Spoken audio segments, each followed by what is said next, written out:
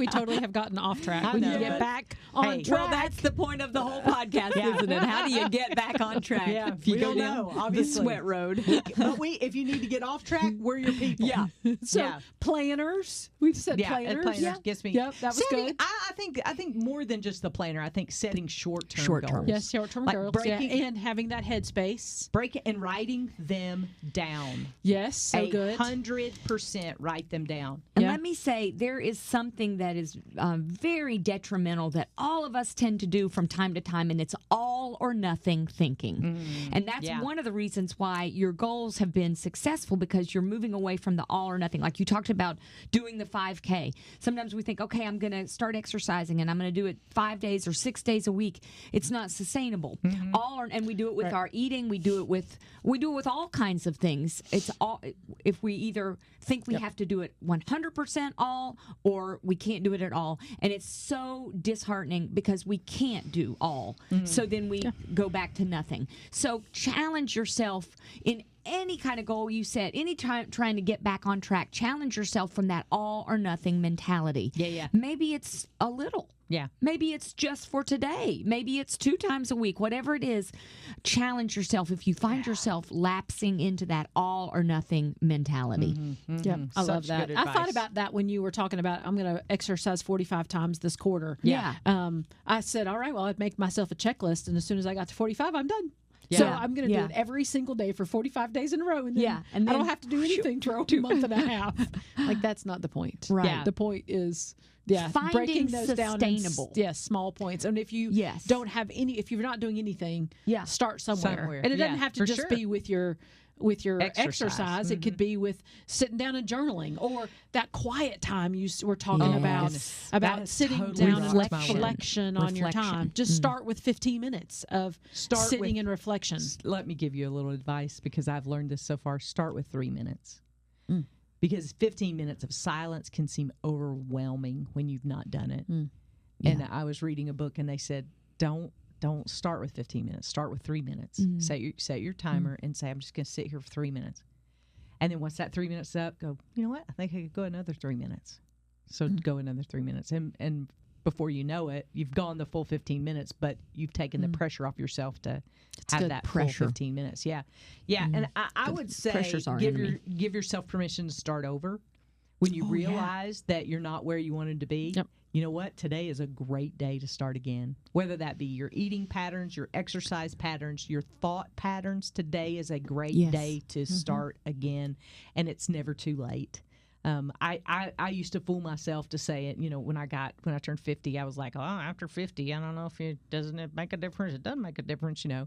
And I was lucky enough to have people in my life who were like, yeah, it does make a difference. Now I exercise more for the feeling and the mental part of it than I do the physical.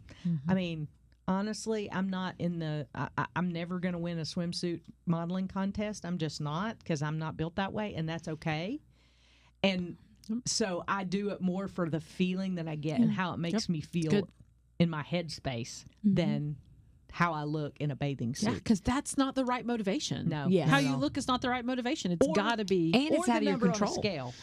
Those things are out of your control. Yeah. But when you take those healthy steps to feel good, that's in your control. Yeah. Okay. I So love I'm going it. to put you on the spot here. Okay. What do you want to be different this fall? Well, I want 2 things. Okay.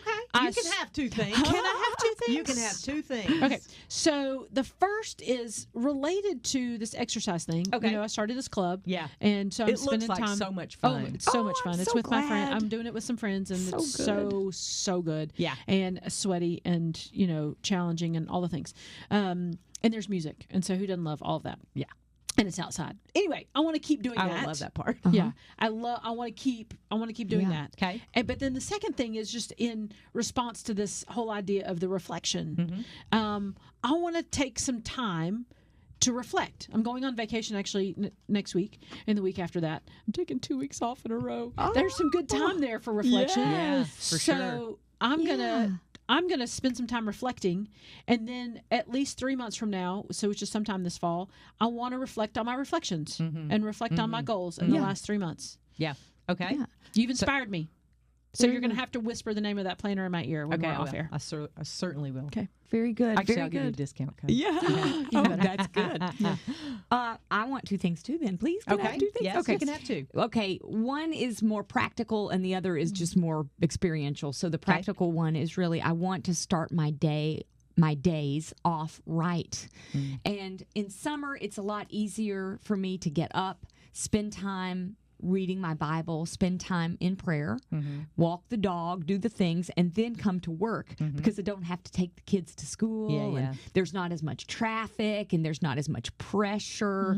And so I do that real well in the summer. But once you add that school to the mix, my days can get I try to sleep in a little bit more, or I shortchange myself. I don't get up and read the Bible, and then I'm in a bad mood, or I get frustrated at the traffic or the people. And so I want to really work on starting my day off right, because when you start your day off right, you have a lot better opportunities to have a good day overall. That's right. So starting it off in prayer, starting it off with relaxation, not giving into that, if I could get 15 more minutes sleep, because that's not going to end up being the best thing for me. So really focusing on the start of the day, and then the other piece that is a little less practical is being present in the moments.